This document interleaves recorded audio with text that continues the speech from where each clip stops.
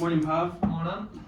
Look, the reason I've called you in for this quick meeting here is that I've noticed some discrepancies in our data between VMS and our DMS system. The reason that this is important is, number one, it's part of the service core process of the brand, and it's also an auditable component. So it is the risk of non-compliance with our service core process stages could be a financial penalty to the dealership. Now, some of these issues that I've noticed here in the report that I've given you is discrepancies in the marketing consent between our DMS and VMS for a customer. So, i.e. the contact channels, how the customer wishes to be contacted. I've also noticed that there's a couple of wee discrepancies in the registration numbers of vehicles between VMS and our DMS system as well. Yeah. So really it's just get a feel of why is there discrepancies, are you comfortable with what's expected of you in the role, and also how we can address to make this better for you. Okay. So I've got a question. So looking through this list of discrepancies, how do you find them? How do you identify them? So what I get is I do a monthly self-audit on a selection of job packs within our department. So really what I'm checking on them packs is all the compliance components for the brand. So the customer details, customer signatures, DIS reports are being opened, and also the contact channels are selected and matched up to VMS. So that's how I get that, and I would do that every month, so I would. Okay. So I know I'm fairly fresh here and I'm only after starting, but where can I find what is expected from my job role? Yeah, so look, all the relevant information is found on the Brand Hub website. It also, whenever you do commence your training path with SATE on your Service Advisor accreditation path, there will be more in-depth modules on the service core process and also the operating standards for the brand. But I can give you a quick show here if you're not comfortable finding where you're looking for. So I have a rough idea where to look for it, but I'm not 100% sure. Would you mind showing me just on the hub where can I find of what is expected? Yeah, of course you can. Yeah. So really where we have to go into, we first go into GRP. Yeah. Okay. You then scroll down and search for the tile of hub. Yeah. And then this will load, sometimes slower than others.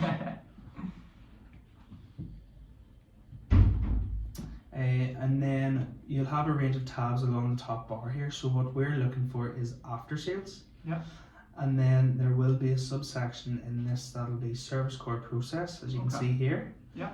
And also our auditable check sheet as well as amongst this as well. So yeah. So that's how we find the material. Yeah, no worries. Step guide and how we do that. And what happens if we stray away from the service core process? What impact does it have on the business? So the impact on the business can be a financial penalty. So it can more so than anything. The importance of big service core process it's been implemented to enhance the customer experience within our dealership. Okay. So we expect our customers to get the best possible service from day dot to day end. Okay. So what that means, that includes your booking in process, your vehicle in the workshop, your customer handover, and also your follow-up call. So it's important that we match everything together and everything's ticked off one by one in order to give that customer experience the best that it possibly can. And then, in hindsight, get the CSI result back from the customer.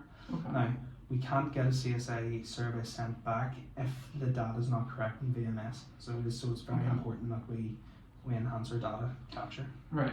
So how can I fix the mistakes that I made on our DMS so that all of the details match on the DMS and VMS? Could you just show me, please? Yeah, of course you can.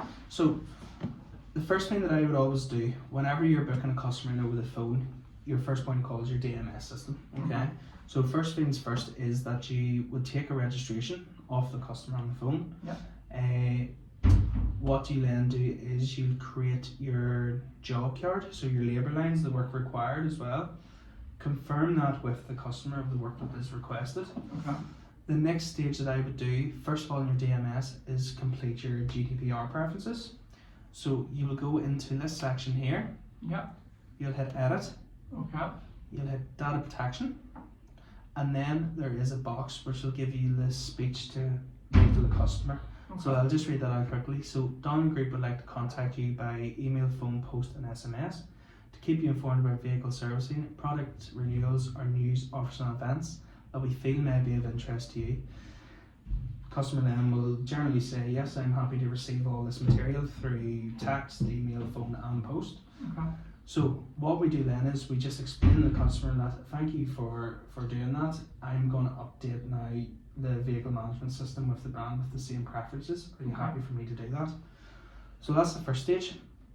So we'll go back into VMS here and we will search for the vehicle. So what I normally do in this instance is I would always copy the VIN number and search by the VIN. Okay. So we'll do that here now. And then the next stage that we go to is ownership details. Yep. Now, if there is an owner / driver already created, then it'll automatically pull up the driver's details. Okay. If there was no customer linked on VMS to the vehicle, we would have to add a new owner. Okay. So everyone okay? So really what that means, we put the customer's contact name in, Yep. the address, email address and mobile number. Okay. And then what we do is we select to opt in for the marketing permissions. So brand opt-in, that's the big one. Okay. So that's where the customer's happy to receive information from the brand. So that's okay. Then we just click through email opt-in, SMS opt-in, phone opt-in, letter opt-in. So we'll take that accordingly, whether it be no or yes. So we do, okay. Okay. The importance of the email opt-in, this is where the customer's satisfaction survey will be generated from, is the data on VMS. Okay. So ideally we want as many surveys as we can as a response. So it's vitally important that the customers who approve email opt-in, we're making them aware of the reason for that more so than anything. So that is generally the data consent section in VMS and DMS. Okay. Now the other wee thing that we have here is customers who have personalised registrations. Okay, so our DMS isn't matching with the customer's registration, and likewise DMS isn't matching the VMS. Okay. So I'm just going to show you quickly how to edit the customer's registration if you don't mind. So the first things first we're going to hit is vehicle. Yeah. What we're going to click now is edit. Yeah. And we're going to hit vehicle here. So this will automatically open up the registration number box. So we delete out the registration number if it's not correct. Okay. And we'll overtype the correct registration here. So for this example here, we'll type in this registration that we're talking about. Okay. So once we have that done, we then hit save. Yeah. And that's that generated. So it is, so that new registration is linked to the vehicle and DMS, and that's our DMS system done. But now we have to go in and update VMS as well. Yeah. Okay. So in this instance here, this registration number in this vehicle doesn't match our DMS. So we need to change that. Okay. Yeah. Now how we would do that is we would again search for VIN. Yeah. We make sure that the customer's details is correct in VMS as per our DMS. Okay. We'll ensure that the marketing preferences is selected. Yeah. And then what we do, there's a wee tab inside here, change registration details. Okay. So we're going to press that here, for example. And what we're going to do, we're going to type in the personalised registration that we're talking about here, okay? Okay.